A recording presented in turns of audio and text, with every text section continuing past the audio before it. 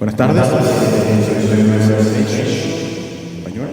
Vamos a estar abriendo nuestras Biblias en el capítulo 15 del libro de Éxodo y vamos a estar leyendo del versículo 22 al versículo 27.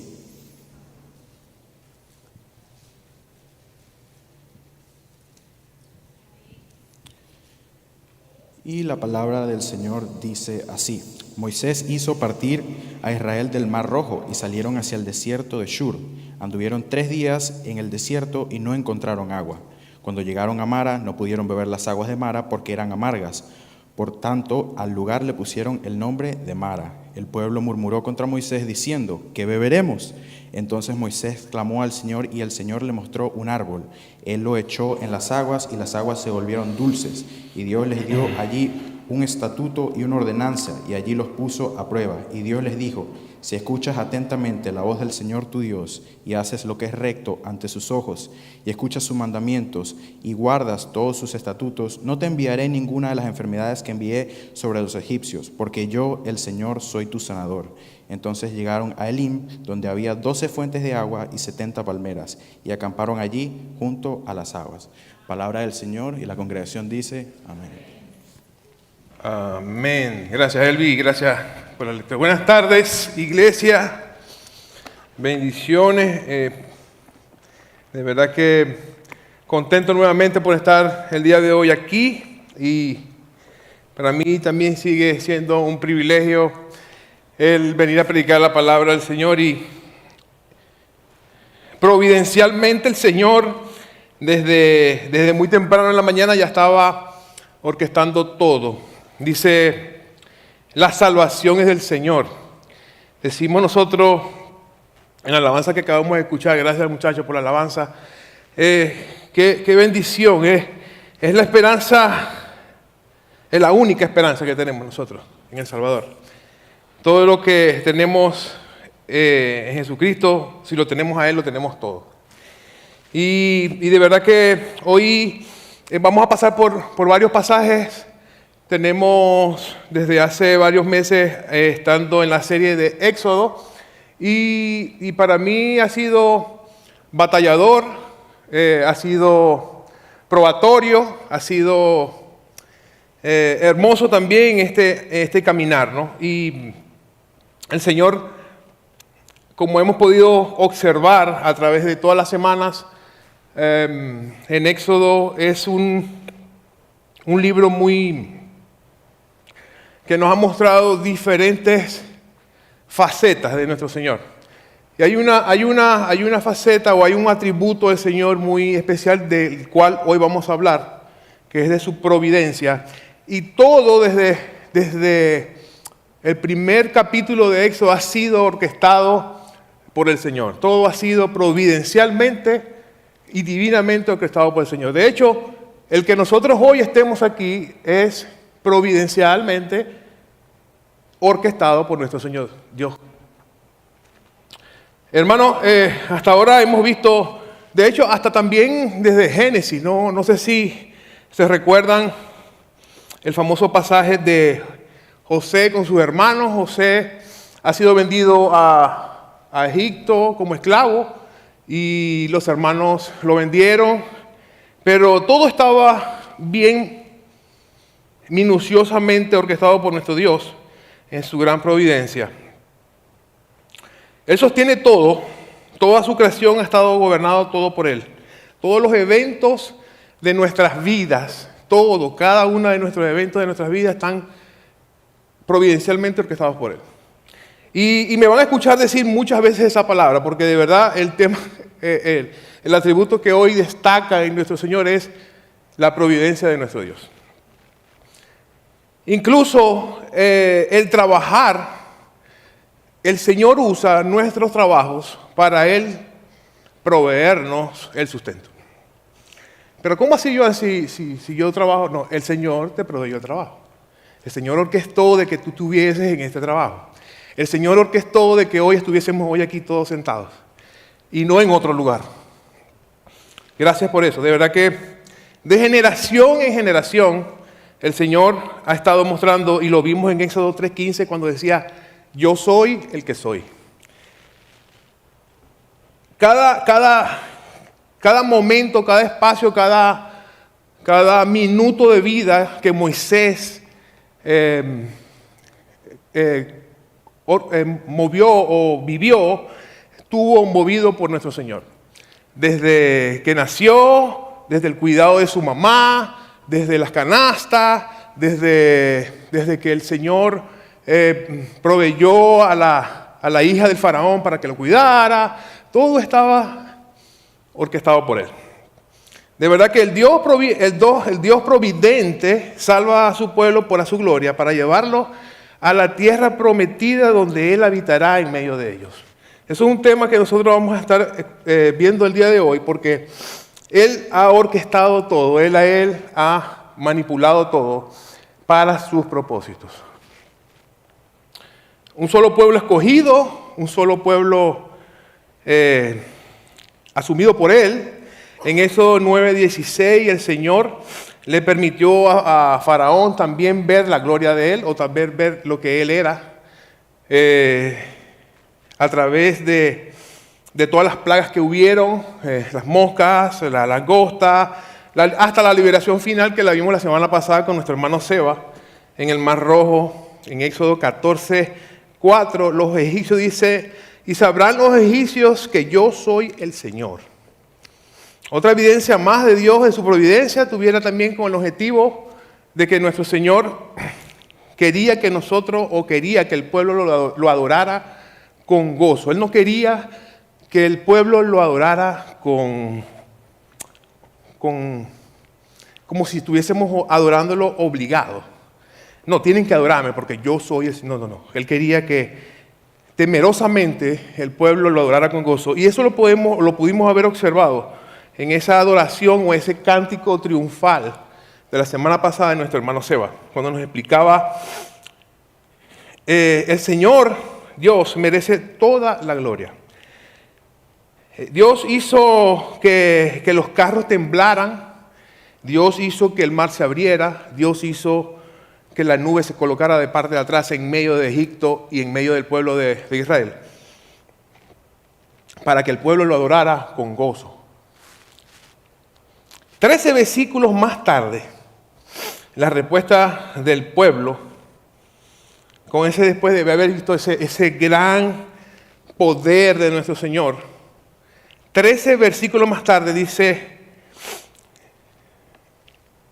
el pueblo, y cuando Israel vio el gran poder que el Señor había usado contra los egipcios, Éxodo 14:31, dice, el pueblo temió al Señor y crecieron en el Señor y en Moisés y en su siervo. 13 versículos después de haber visto que el mar se había abierto, fue que ellos dijeron, oh, este es el Señor, este es nuestro Dios.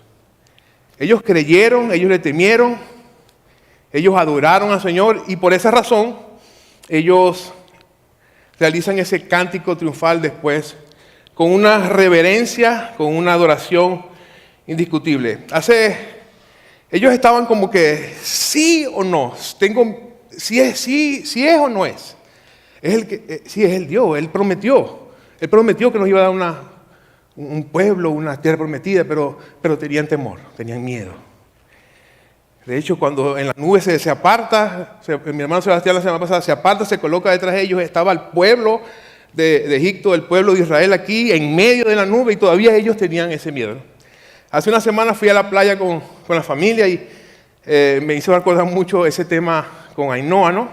Ainhoa agarraba la playa y le tocaba el pie así como que le daba miedo o no. ¿Me meto o no me meto? En ese instante, en una de esas vueltas, sale corriendo, se mete, viene una ola, le da 2 vueltas. Hubo agua, arena, eso hubo de todo. Pero yo inmediatamente estaba ahí, la saqué.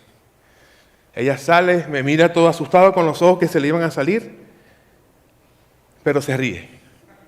Y digo yo, ella sabía que yo estaba ahí. Ella sabía que yo la iba a sacar, pero tenía miedo. Después de ahí, no había manera de sacarla de la playa. Ya sabía que yo estaba ahí.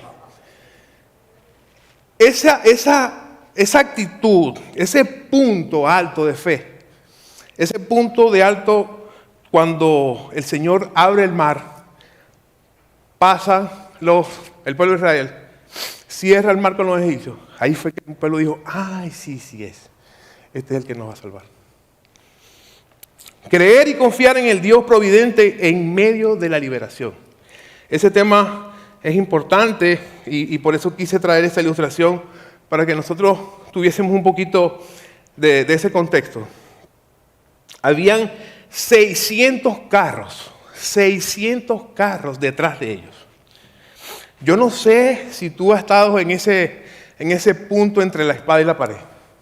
Como que vamos a tomar una decisión, una situación difícil familiar, una situación donde tenemos que tomar decisiones, que si me voy, si me quedo, si continúo, si no continúo.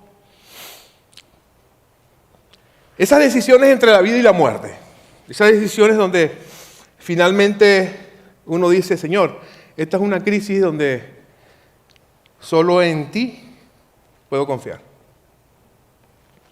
Finalmente Moisés y Miriam y el pueblo de Israel respondiendo inmediatamente a esa acción tan gloriosa, tan milagrosa que hizo el Señor providencialmente, ellos dijeron, este es nuestro Dios providente, este es nuestro Dios soberano, este es nuestro Dios inmutable, este es nuestro Dios eterno, santo, santo. El Señor reinará por siempre, dice, al final de esos versículos de cántico de alabanza. En ese momento, yo quiero decirle, yo me siento ahorita en ese momento, porque hay un momento, es una transición totalmente diferente.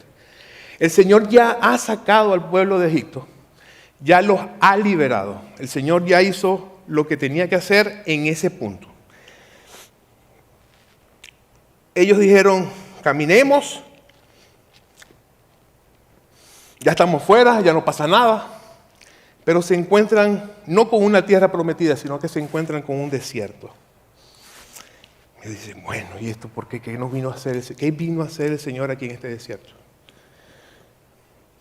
Luego de cruzar y presenciar esa destrucción de ese ejército, el pueblo de Israel, no vio la tierra prometida, lo que vio fue el desierto. Y por esa razón yo he titulado hoy, el sermón de hoy, dice, la providencia de Dios en medio del desierto. La providencia de Dios en medio del desierto. ¿Por qué lo he titulado de esa manera? Porque Él orquestó desde la fundación del mundo que eso iba a pasar. Providencialmente el Señor orquestó que ellos iban a pasar por ese desierto. Dios en su providencia dijo a Israel al desierto con una intención de establecer una relación íntima con el pueblo de Israel. Él los había escogido, Él le había dicho, yo soy su pueblo, yo soy su Dios. Dios empezó en este punto como un niño, a criarlo, a educarlo, a mostrarle su poder, a mostrarle su providencia. El corazón de los israelitas lo conocía más el Señor que cada uno de ellos. En ese punto también nos encontramos nosotros. El corazón de cada uno de nosotros lo conoce más el Señor que nosotros mismos. Por esa razón Él a veces nos coloca en esos desiertos. Y más adelante vamos a ir viendo eso y les voy a mostrar a través de estos pasajes que son muchos y los vamos a reducir en poquitos o en pocos. Y Dios sacó a Egipto del pueblo y Él sabía que el pueblo había tenido muchos años dentro de Egipto. Él decía, yo necesito sacar a Egipto, ya yo liberé a Egipto, pero yo necesito sacar a Egipto del corazón de los israelitas. Eso lo hemos visto y lo hemos notado en varios sermones y lo hemos hablado. El Señor necesitaba sacar a Egipto del corazón del pueblo de Israel. De esa manera, esa fe temorosa a Dios se aferraba más a esa unidad con Él. Cuando reconocemos que somos criaturas y cuando tomamos conciencia de esos lugares, como el desierto, esos lugares donde nosotros el Señor nos pone a prueba, esa fe se fortalece, se mantiene más unida en la presencia de nuestro Señor. Lo observamos también hace unas 2 o 3 semanas atrás. El pastor John predicó libres para Dios. Él explicaba a la congregación la consagración, de los primogénitos y decía: yo seré su Dios y ustedes serán mi pueblo. Yo seré su Dios y ustedes serán mi pueblo. Él también explicaba la consagración de los panes sin levadura. El Señor le decía, providencialmente dirigió y orquestó todo para que esa libertad de la esclavitud y luego ellos fuesen consagrados absolutamente en dependencia de Dios. A menudo el Señor nos traspasa o nos mueve a todos esos lugares donde a nosotros no nos gusta. Esos lugares de a veces estamos en triunfo y de pronto estamos en un lugar donde, pero si estábamos bien, ¿por qué nos sacaste de allá? Estábamos bien, no pasaba nada. He escuchado en varias oportunidades personas de mi país dicen: en Venezuela estábamos bien. Yo estuve en Venezuela y no estaba bien. Pero porque el Señor a veces nos mueve de esos lugares de triunfo a esos lugares para mostrarnos una gran verdad. Cuando la cercanía de Dios no es aquello que nos satisface en nuestras vidas, eso va a ser caracterizado por nuestras quejas. Nosotros, cuando no sentimos como que el Señor no nos está dando nada, a ese Dios, dame agua, dame carne, dame pan, dame carro, dame casa. Ay, no me está dando nada. Entonces me empiezo a quejar.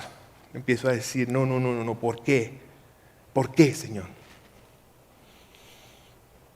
Cuando nos estamos quejando, estamos diciendo: Señor, tú eres injusto con cada uno de nosotros. No puede ser. Tú estás ahí para darme, tú estás ahí para proveerme. Porque yo tengo un plan para mi vida. Ya yo hice un plan y tú tienes que proveerlo. Cuando pasamos de la alabanza de un día al Señor, a las dolorosas pruebas que Él nos coloca, debemos cuidarnos de no caer en esas quejas y en esas murmuraciones. Dios en su providencia ha orquestado cada una de esas pruebas. Cada una de esas situaciones que nosotros pasamos, el Señor las ha orquestado. Deuteronomio 8 dice, versículo 2 dice: y te acordarás de todo el camino por donde el Señor tu Dios te ha traído por el desierto durante estos 40 años para humillarte, probándote a fin de saber lo que había en tu corazón, si guardarías o no sus mandamientos. El Señor sabía que nuestros corazones o el corazón del pueblo de Israel no era nada bueno. Él quería probar el corazón de cada uno de ellos, porque Él iba a iniciar una universidad. Él iba a mostrar en estos 4 primeros pasajes que nosotros vamos a ver después de la liberación. Él les va a mostrar, Él les va a indicar de qué manera ustedes van a ser sanados, de qué manera ustedes van a ser sedientos, de qué manera ustedes van a ser victoriosos. A menudo dice el profeta Jeremías: más engañoso que todo es el corazón y sin remedio. ¿Quién lo comprenderá? Yo, el Señor, escudriño el corazón, pruebo los pensamientos para dar a cada uno según sus caminos. Dios nos salvó y el desierto es un proceso que Él orquestó, que Él providencialmente colocó para santificarnos, para purificarnos, para limpiarnos, para sacarnos ese Egipto que nosotros teníamos de esa vida pasada. Él sabe, Él conoce cada uno de nuestros corazones. Él necesita sacar de cada uno de nuestros corazones a Egipto de nosotros. Él necesita sacar nuestro pasado. Él necesita hacernos nuevas criaturas.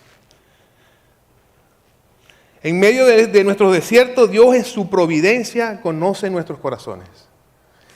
en medio de nuestros desiertos. Quiero repetirlo porque dice, Dios en su providencia conoce nuestros corazones.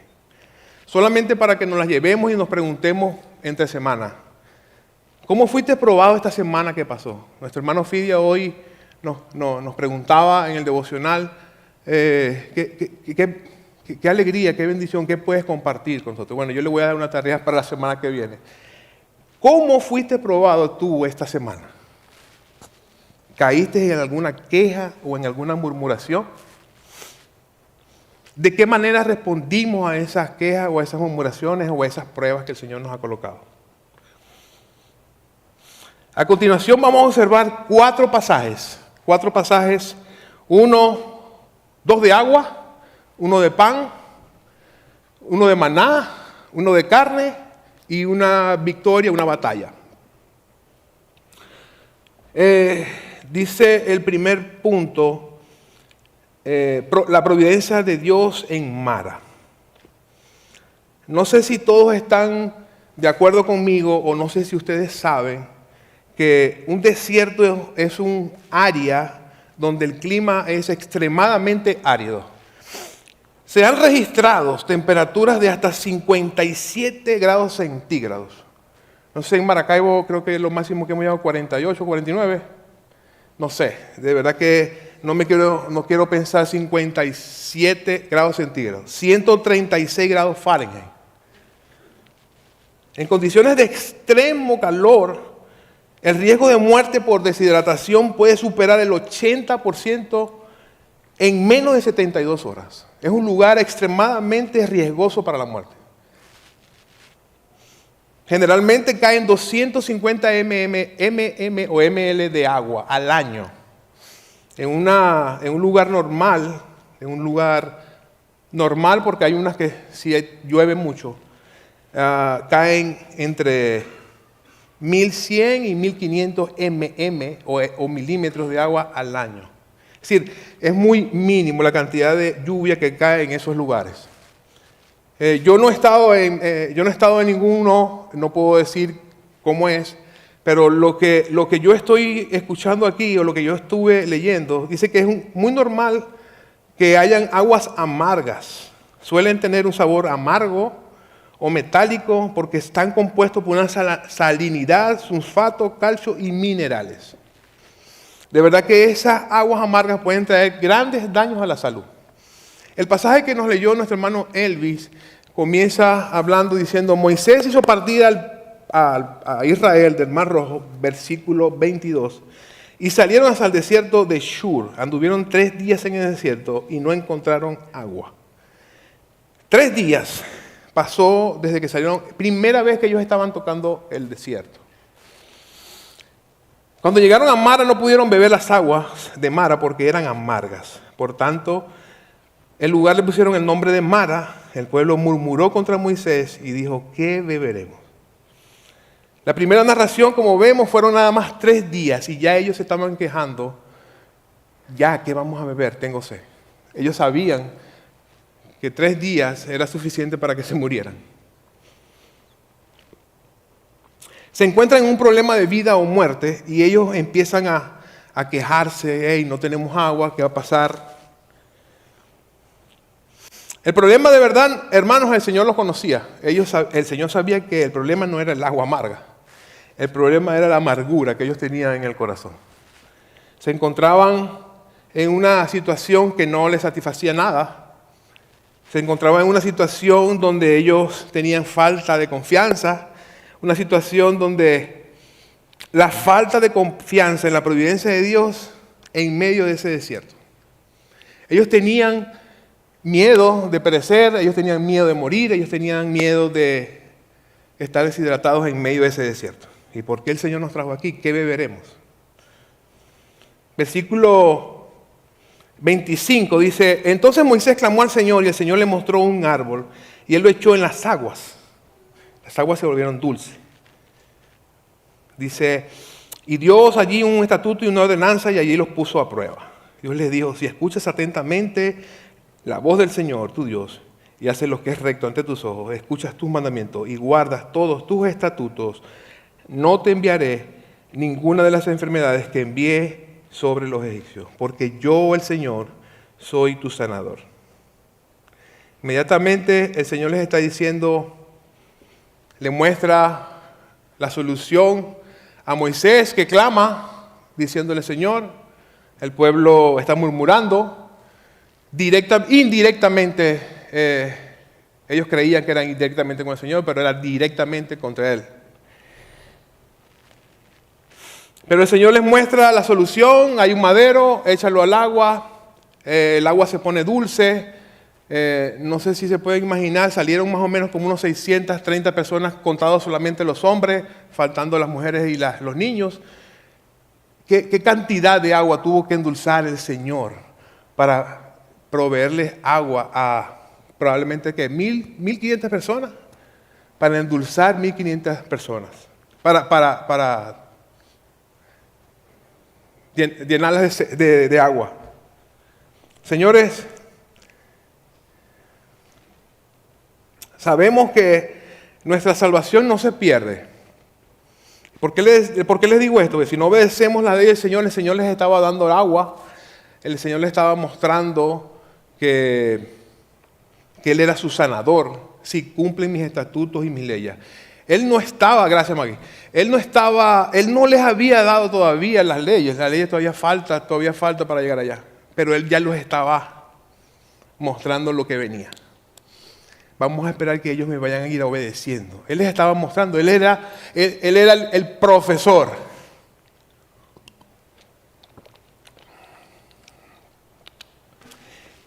Como les dije, el desierto ha sido como una universidad espiritual. Dios orquesta todo, Dios mueve todo, Dios revela los corazones de cada uno. Dios muestra la amargura. Dios cambia esa preocupación, ese miedo, ese temor, esa desobediencia, lo cambia en dulzura. Yo, el Señor, soy su sanador. Dios, nuestro sanador, purifica y transforma nuestros corazones, limpiándonos de esa amargura, limpiándonos diligentemente con un gran pincel y con gran providencia. Hermanos, de verdad que podemos ir al pasaje de primera de Pedro 2:24, que me recuerda y dice: Él mismo llevó nuestros pecados en su cuerpo sobre la cruz, a fin de que muramos al pecado y vivamos a la justicia. Porque por sus heridas fueron ustedes sanados. La fe en Jesucristo es nuestra sanidad y salvación. Así que confiemos en la providencia de Dios para sanar nuestros corazones. Dios ha provisto a nuestro Señor Jesucristo como nuestro sanador. No se me viene otro versículo a la mente, sino Isaías 53, cuando dice: ciertamente Él llevó nuestras enfermedades y cargó con nuestros dolores.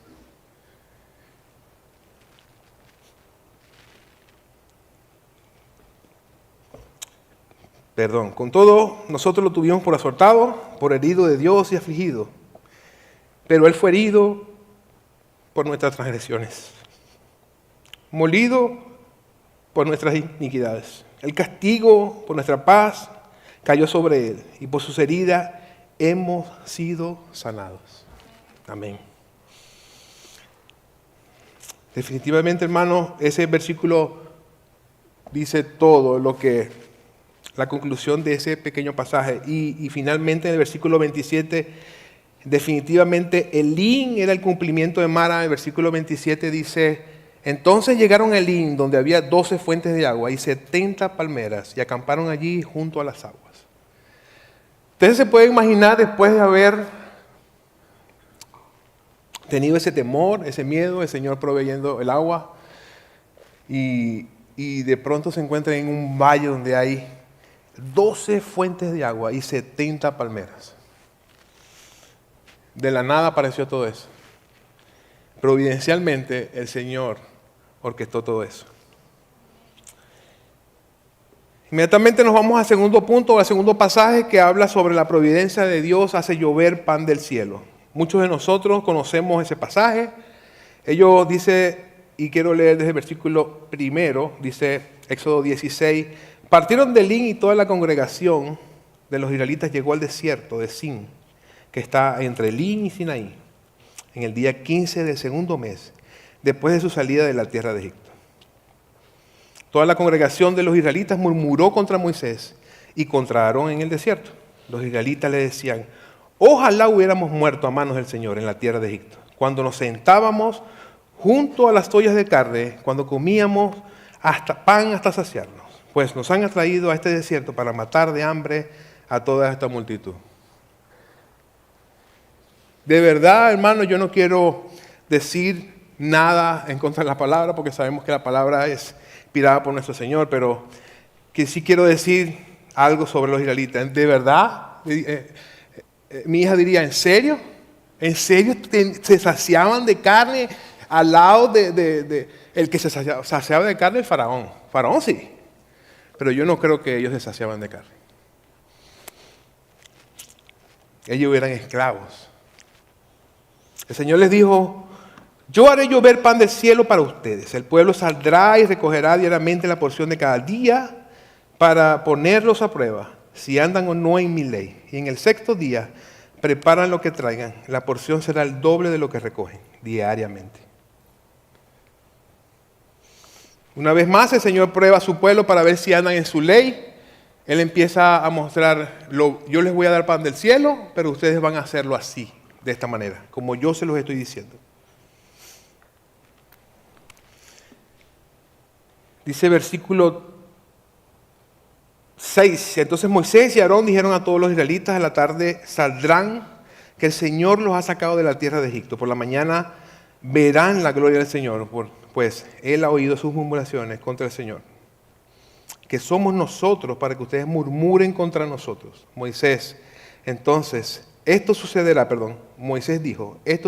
cuando el Señor les dé carne para comer por la tarde y pan hasta saciarse por la mañana, porque el Señor ha oído sus murmuraciones contra Él. Pues, ¿qué somos nosotros? Sus murmuraciones no son contra nosotros, sino contra Él mismo, contra el Señor. Entonces Moisés dijo a Aarón: dile a toda la congregación de los israelitas: acérquense a la presencia del Señor, porque Él ha oído sus murmuraciones.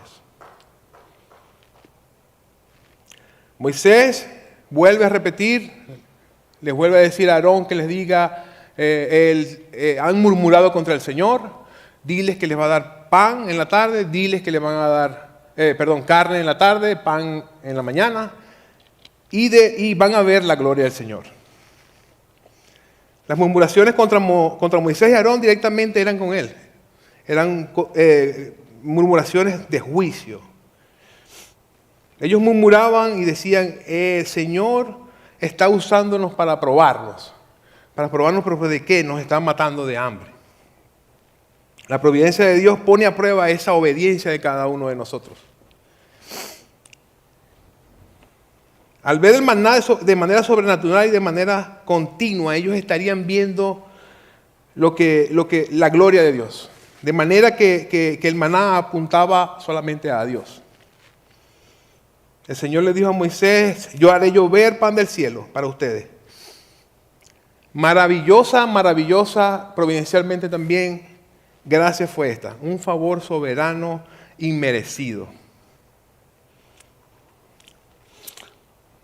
Yo quiero apuntar este pasaje a Juan 1:14. Dice: el Verbo se hizo carne y habitó entre nosotros y vimos su gloria. Gloria como el unigénito, lleno de gracia y de verdad. Hermanos, no sé ustedes, pero yo sí quiero ver la gloria del Señor. A mí me gustaría ver ese resplandor del Señor. Cuando me estaban haciendo las entrevistas en Brownstown, tenía que dar el testimonio de mi conversión y me acordaba de ese pasaje o de esa prédica de Pastor Ño que decía: recordar es vivir. Y yo no sabía, yo no había visto esa manera o esa gloriosa provisión del Señor. El Señor me decía: mira a Cristo, Él hizo eso por ti. Hermano, mire a Cristo, mira a Jesucristo, es la gloria. Él nos está mostrando En esos desiertos Jesucristo es el verbo vivo.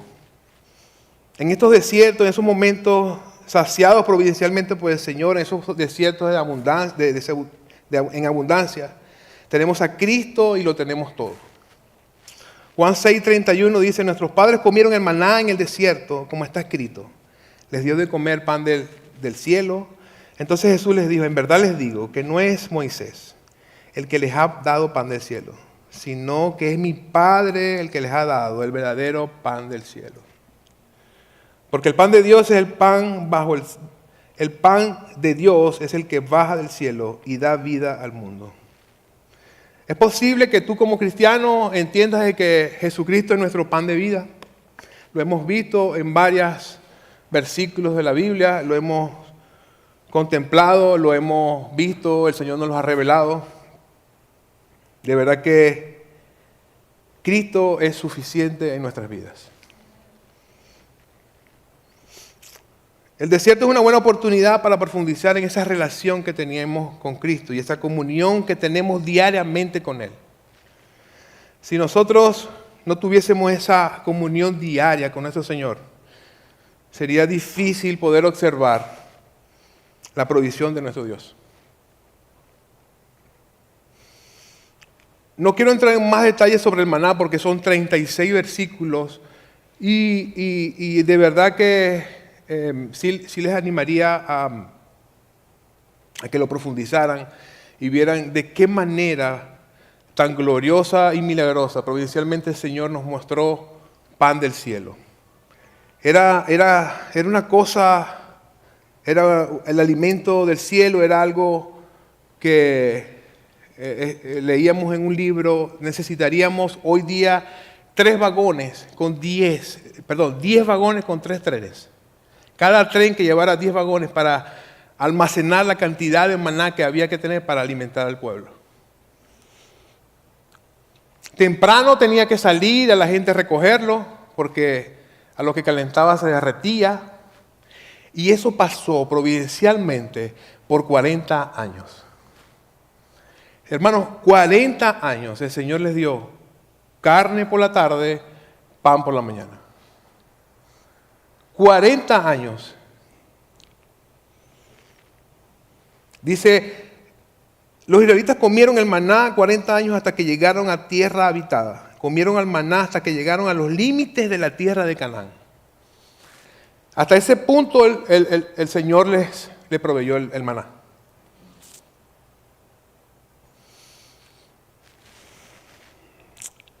El tercer punto del día de hoy dice, la providencia de Dios está entre el pueblo hasta la eternidad. Éxodo 17 y habla sobre la peña de Oret. Y dice, toda la congregación de los israelitas marchó por jornada desde el desierto de Sin, conforme al mandamiento del Señor. Ellos estaban siendo dirigidos por Él, ya el Señor les había dado agua, les había dado carne, ya estaban sedientos, pero el Señor los dirige y ellos obedecen. Acamparon en Refidín y no había agua para que el pueblo bebiera. Diferente al primer pasaje donde veíamos que sí había agua, lo que era que estaba amarga. Aquí no había agua. Entonces el pueblo discutió con Moisés y le dijeron, danos agua para beber. ¿Por qué discuten conmigo?, les dijo Moisés. ¿Por qué tientan al Señor?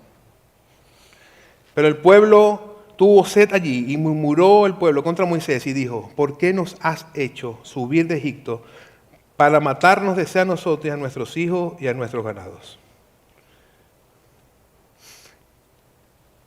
Pasó, ya ellos debían, en este punto ellos debieron decir, no, ya el Señor nos sacó de Egipto, nos liberó, abrió el mar, mató a los enemigos, nos dio agua, nos dio carne, nos dio pan, y dicen, no va a haber agua, tiene que darnos agua.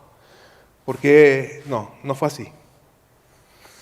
El pueblo volvió a quejarse y de una manera diferente. No sé si vieron y notaron en el versículo, dice, discutió con Moisés. Entonces el pueblo discutió con Moisés y le dijeron, danos agua para beber. ¿Por qué discuten conmigo? ¿Por qué tientan al Señor? Ellos desconfiaban de esa presencia providencial de Dios. Ellos confiaban y ellos creían de que Él no estaba ahí con ellos. Fíjense que en el versículo 7 dice, versículo 6 dice, yo estaré allí delante de ti sobre la peña en Horeb, golpearás la peña y saldrá agua de ella para que beba el pueblo. Y así lo hizo Moisés en presencia de los ancianos. Y puso aquel nombre, el nombre de Masá y Meribá, por la contienda de los israelitas y porque tentaron al Señor diciendo, ¿está el Señor entre nosotros o no? El pueblo de Israel todavía no había entendido que el Señor estaba con ellos. Después que habían pasado todo eso, ellos decían, ¿está el Señor con nosotros o no? Yo no sé, hermano, si tú estás en una situación ahorita difícil, no sé si de verdad el Señor te está llevando a lugares desérticos, no sé si el Señor también está trabajando contigo, estoy seguro que sí. Está llevándote a lugares donde cuando vienes aquí un domingo de pronto sales y no encuentras la solución de nada. ¿Qué fui a hacer allá? Abrimos la Biblia y no encontramos respuesta de lo que queremos. Oras y sientes que el Señor no responde. Y dices, el Señor está aquí conmigo. ¿De verdad que el Señor está así?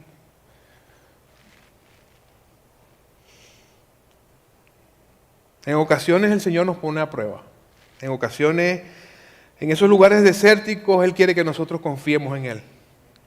Que nosotros dependamos totalmente de Él.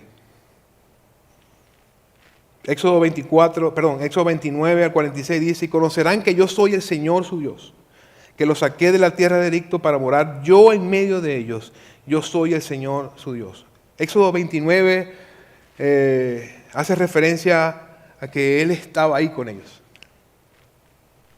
Yo soy el Señor su Dios. El pueblo discutió contra Moisés, acusando al mismo Dios por haberlos sacado de donde estaban. Nos vas a matar. No sé si notaron y dice versículo 4 dice, y clamó Moisés al Señor y dijo, ¿qué haré con este pueblo? Un poco más y me apedrearán.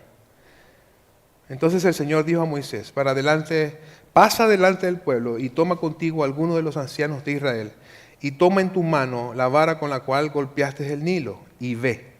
Yo estaré allí delante de ti sobre la peña en Horeb. Golpearás la peña y saldrá agua de ella para que beba el pueblo, y así lo hizo Moisés en presencia de los ancianos de Israel. El pueblo no estaba confiando en que la providencia del Señor era buena. El pueblo murmuró, discutió, molesto. Ahora tienes que darnos agua. Tú nos trajiste aquí, tú nos prometiste que nos ibas a mantener, que nos ibas a proveer. Ellos estaban cuestionando la dirección del Señor.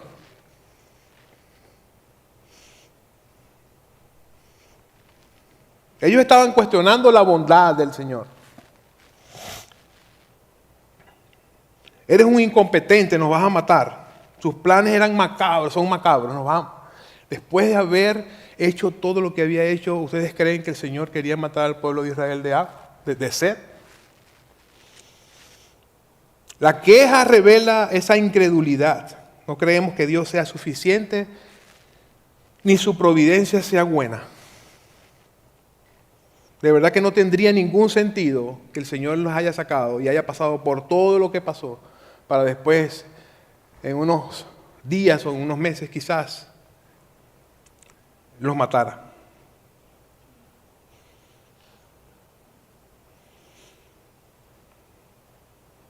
Dice versículo 6, golpeando Moisés la roca, dice, 100 años más tarde, Pablo, la carta a los Corintios nos señala una verdad.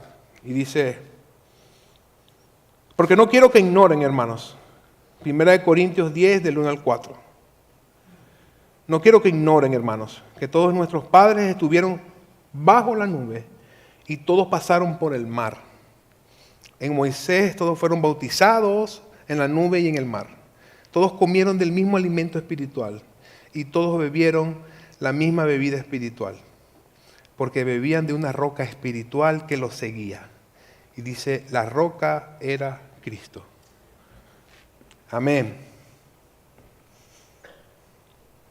La vara de Moisés había sido el símbolo del juicio. Los ancianos de Israel habían presenciado ese juicio. Ellos estaban encargados y tenían funciones de autoridad gubernamentales que representaban al pueblo.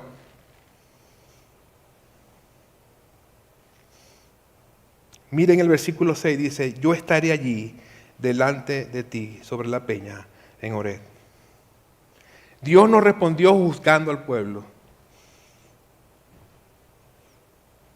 Asombrosamente Dios y milagrosamente el pueblo no fue juzgado por Dios. Nuestra justicia humana ya no estuviesen ahí. Pero Dios es un Dios misericordioso. No sé si por aquellos que preguntaban o se preguntan ustedes, ¿está el Señor entre nosotros o no? La respuesta es sí. Cristo era la roca. El Señor estaba ahí delante de ellos. Él estaba presente para sostenerlo. Él estaba presente para salvarlo. Él estaba presente para bendecirlo. Y aparte, para ser juzgado Él mismo por nosotros.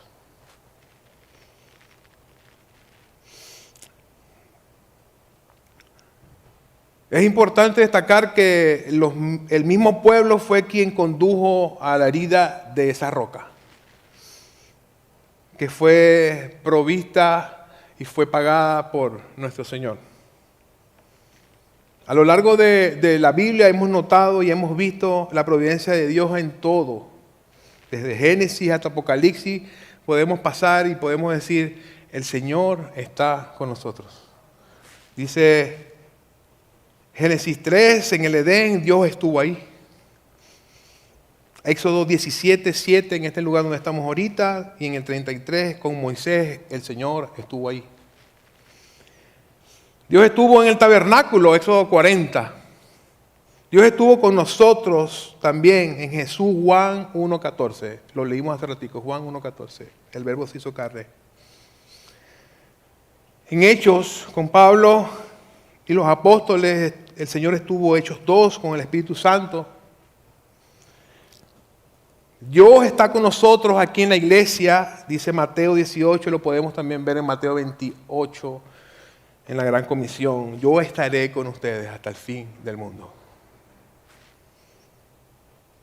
Dios estará con nosotros en la eternidad, Apocalipsis 21. Amén. Hermano, no endurezcamos nuestro corazón. De verdad que, como lo hizo el pueblo de Israel, que dudó de la presencia del Señor, yo los animo a que ni siquiera lo imaginen, no piensen, no tienten, no murmuren contra el Señor. El Señor está con nosotros.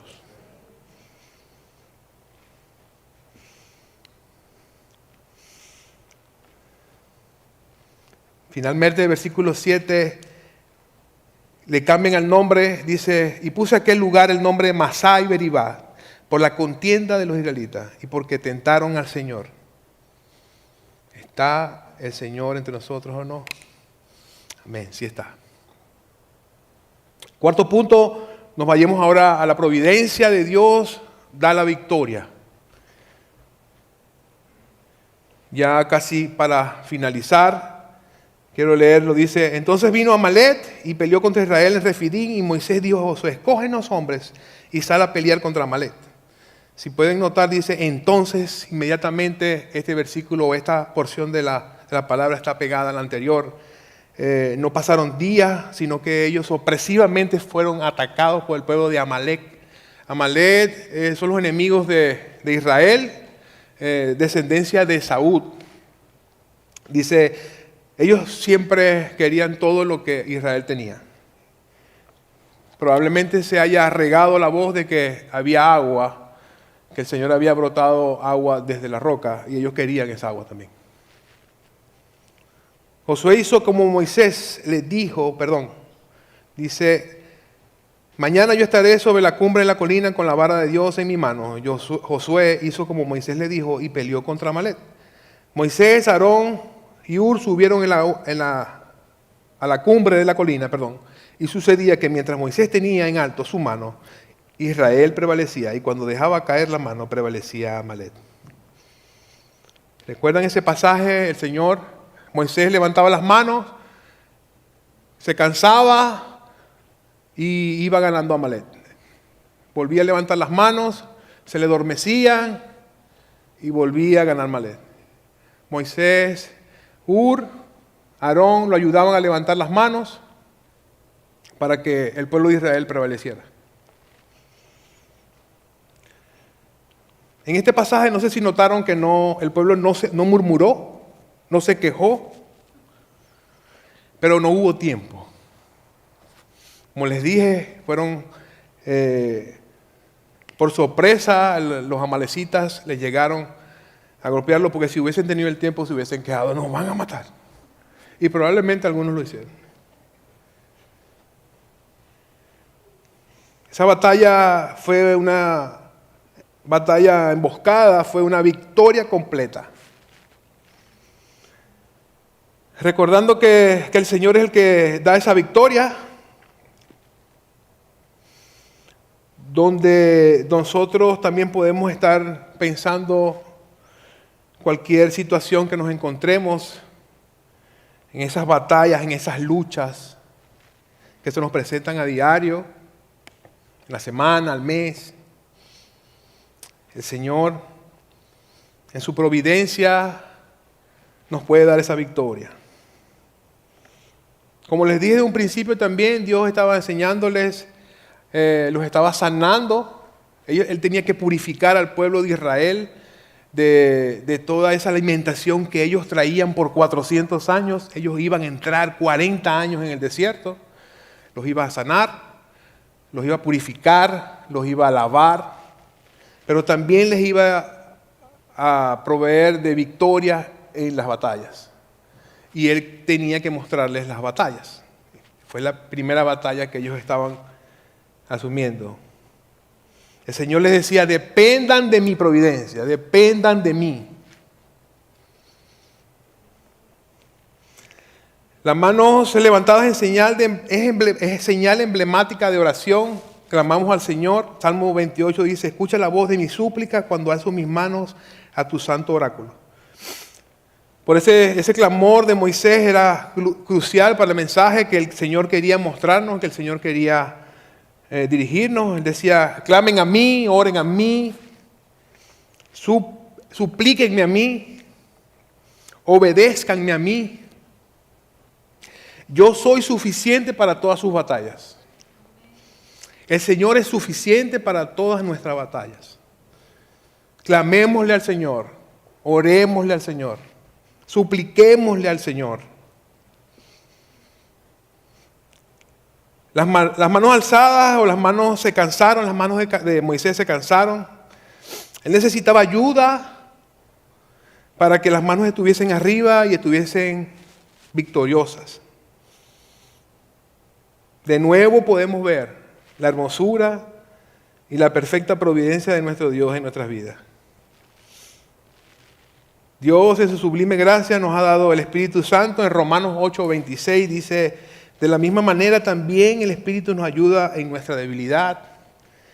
No sabemos orar como debiéramos, pero el Espíritu mismo intercede por nosotros con gemidos indecibles. Por el otro lado, incansable, inagotable, el mensajero de la alianza, el ángel de Dios, Él no necesitó ayuda para levantar las manos, Él podía solo. A nuestro Señor Jesucristo le levantaron las manos para clavarlo por cada uno de nosotros. Apocalipsis 8, 3, 4 dice, a las oraciones de todos los santos sobre el altar de oro que estaba delante del trono, de la mano del ángel subió ante Dios el humo del incienso con las oraciones de los santos. Nuestro Señor Jesucristo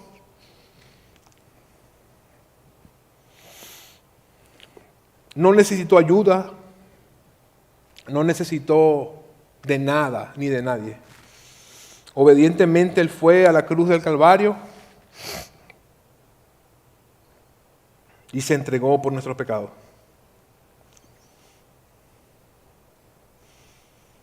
Dice el versículo 14, entonces dijo el Señor: Moisés, escribe esto en un libro para que sirva de memorial, y haz saber a Josué que yo borraré por completo la memoria de Amalek debajo del cielo. Y edificó Moisés un altar y puso por nombre: el Señor es mi estandarte. Y dijo el Señor, lo ha jurado: el Señor hará guerra contra Amalek de generación en generación.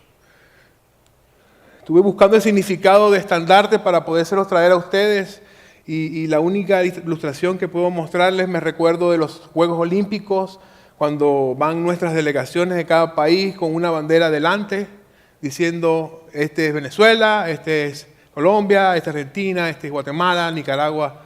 Y me recordaba y decía: el Señor va como estandarte delante de nosotros, victorioso. Yo les voy a dar las batallas, yo les voy a dar la victoria en las batallas. Dios en su providencia va adelante como una bandera que guía y que nos da victoria. Dios en su providencia no nos deja solos. Nuestras luchas y batallas diarias las tenemos con Él. Más adelante, Deuteronomio 20, de 3 al 4 dice: Oye Israel, hoy ustedes se acercan a la batalla contra sus enemigos. No desmaye su corazón, no teman, ni se alarmen, ni se atemoricen delante de ellos, porque el Señor su Dios es el que va con ustedes para pelear por ustedes contra sus enemigos para salvarlos. Amén. Podamos notar que hay una enseñanza, un modelo, la provisión de Dios sigue siendo el modelo de nuestra vida cristiana.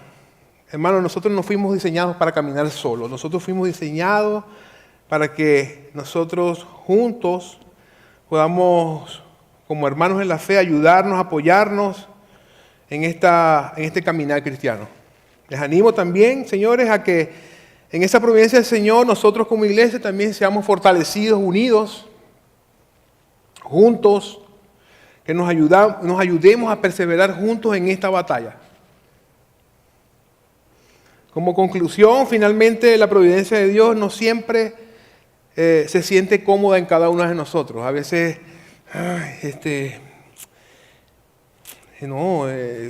como Él, como que Él orquesta mi vida. Sí, Él orquesta tu vida. A nosotros a veces no nos acontece, pero es perfecta, hermanos. Recordemos eso siempre, no murmuremos, no nos quejemos, no tentemos al Señor. La providencia de Dios es que confiemos en aquel que es el cumplimiento, nuestro Señor Jesucristo. Dice el salmista en Salmo 95, 7, 11, dice: porque Él es nuestro Dios y nosotros el pueblo de su prado y las ovejas de su mano. Si ustedes oyen hoy en su voz, no endurezcan su corazón como en Meribá, como en el día de Masá, en el desierto, cuando sus padres me tentaron, me pusieron a prueba, aunque habían visto mi obra. Por 40 años me repugnó aquella generación y dije: es un pueblo que se desvía en su corazón y no conocen mis caminos. Por tanto, juré en mi ira, ciertamente no entrarán en mi reposo. Hermanos, una advertencia a que nuestras actitudes, nuestras circunstancias, de pronto nos llevan a esas quejas, a esas murmuraciones, a esas tentaciones contra el Señor, y no podemos entrar en su reposo. No podemos entrar en sus batallas, en esas victorias, esas batallas. Podemos ver y podemos observar a través de la palabra también, a pesar también de todos estos pasajes que vimos hoy. En las aguas amargas Dios les mostró un madero que pudo haber cambiado el agua dulce para sanación. Nuestro Señor nos mostró a Cristo para sanarnos. Dice Salmo 147, el Señor edifica Jerusalén congrega a los dispersos de Israel, sana a los quebrantados de corazón y venda sus heridas. Dice el Señor, yo soy tu sanador. Sabrán que yo soy el Señor tu sanador. Juan 4:13 dice, Jesús le respondió, todo el que beba del agua volverá a tener sed, pero el que beba del agua que yo le daré no tendrá sed jamás, sino que el agua que yo le daré se convertirá en él en una fuente de agua que brota para vida eterna. Señores, cuando tuvieron hambre, Dios los proveyó o los proveyó de pan del cielo, les hizo llover pan del cielo. A nosotros nos dio a Cristo. Dice Juan 6:36, porque el pan de Dios es el que baja del cielo y da vida al mundo. 6:5:1, Juan 6:5:1, yo soy el pan de vida. Yo soy el que ha descendido del cielo. Si alguien come de este pan, vivirá para siempre. El pan que yo también daré por la vida del mundo es mi carne. Cuando tuvieron sed, no encontraron agua, Dios les proveyó agua. Golpeando una roca, a nosotros nos dio a Cristo. Vuelvo a repetir, 1 Corintios 10:4. Todos comieron el mismo alimento espiritual y todos bebieron la misma bebida espiritual. Porque bebían de una roca espiritual que los seguía. La roca era Cristo. Esa roca que fue golpeada para que saliera agua. Le plació golpear esa roca a nuestro Señor para salvación, para darnos vida eterna, para que Él fuese suficiente en nuestras vidas, para que todas nuestras necesidades fueran suplidas en Él. Cristo es la roca suficiente, de la cual nosotros tenemos vida día tras día hasta la eternidad. Hermano, si de pronto tú estás aquí hoy primera vez y no conoces de la roca de la cual yo te estoy hablando, déjeme decirte que esa roca fue golpeada en una cruz. De él salen aguas de salvación abundantes para todos. Ven a Cristo hoy, tú también lo necesitas. Él te está invitando a sanarte, Él te está invitando a saciarte, Él te está invitando a beber de esa roca. Donde Cristo es nuestro estandarte. No hay confusión, no hay dirección. Solo dirección y victoria. Salvación gratuita para todos. Solo debes creer en Cristo, solo debes venir a los pies de Él, solo debes arrepentirte y creer en la maravillosa obra redentora de nuestro Señor Jesucristo para salvación. El que cree en Él no será avergonzado jamás. Hermano, no salgas de este lugar hoy sin beber de la roca de salvación. Quizás, hermano, estás atravesando por situaciones difíciles, así como desde que comencé el sermón diciéndoles, no sé si hay tensión en tu familia, enfermedades, enfrentando dificultades personales. Señores, la mejor respuesta no es quejarnos. Como hermanos, hagamos como hizo Moisés, clamemos al Señor. Clamémosle a Él. Él es nuestro sanador. Él es nuestro proveedor. Él es suficiente. Él es todo. La verdadera respuesta a todo esto también es recordar que Dios está con nosotros. Respondemos confiando de que la provisión de nuestro Señor está ahí. Y no solamente nuestras necesidades físicas o materiales. Nuestras necesidades espirituales. Nuestra necesidad más profunda que es tener a Cristo en nuestros corazones. Jesús no vino solo a salvarnos, sino a estar con nosotros. Su amor Él no quiere hacerlo lejano, Él quiere hacerlo cercano. Que tengamos una relación íntima con Él. Dios está presente, Dios es fiel. Hermano, para finalizar, dice, la providencia de Dios en nuestros desiertos es revelada en nuestro Señor Jesucristo. Porque Él es nuestro Dios y nosotros el pueblo de su prado y las ovejas de su mano. Si ustedes oyen hoy su voz, no endurezcan su corazón como en Meribá, como el día de Masat en el desierto. Cuando sus padres me tentaron, me pusieron a prueba, aunque había visto mi obra. Por 40 años me repugnó aquella generación y dije, es un pueblo que se desvía en su corazón y no conocen mis caminos. Por tanto juré a mi ira, ciertamente no entrarán en mi reposo. Señores, recordemos, la providencia de Dios en nuestros desiertos es revelada en nuestro Señor Jesucristo, que es la roca. Vamos a orar. Señor amado Dios y Padre Celestial, te damos las gracias, Señor, en este hermoso día, Señor. De verdad, gracias por todo lo que haces, Señor, en cada uno de nosotros, Señor. Desde la eternidad, Señor, tú nos has creado, Señor. Desde la eternidad tú has hecho providencialmente, milagrosamente, todo lo que has hecho, lo has hecho para tu gloria y para tu propósito. Gracias, Señor, por la salvación, Señor. Gracias, Señor, por tu Hijo Cristo, Señor. Gracias, Señor, porque Él es el autor, Señor. Él es el sanador, Señor. Él es el proveedor por excelencia, Señor. Él es el ángel de Dios, que intercede por cada uno de nosotros, Señor, ante ti, Señor. Que se entregó en una cruz, Señor, clavado, Señor. Clavado, venciendo la muerte, Señor, y pagando nuestros pecados. Resucitando al tercer día, Señor, para justificarnos ante ti, Señor, y decir, ellos son mis hijos, Señor.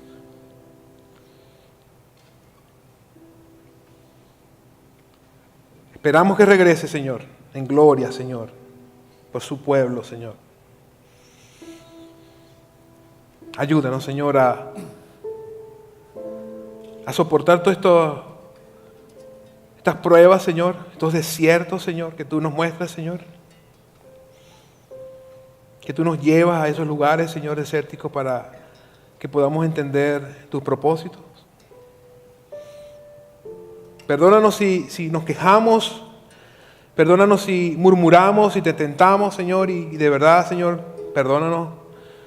Ayúdanos a que eso no suceda, Señor. Permítenos gozarnos en tu presencia, Señor.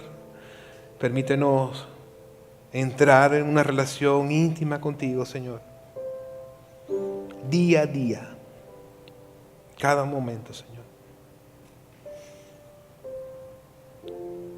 Gracias, Señor. Quiero también orar por requerimiento especial, Señor. Queremos orar por sanidad, Señor. Queremos orar por tu salvación, Señor. Almas que no te conocen, Señor, en este lugar, Señor, que se entreguen a ti. Que sepan que tú eres su Dios, Señor. Que tú tienes todo para darles, para que sean suficientes, Señor.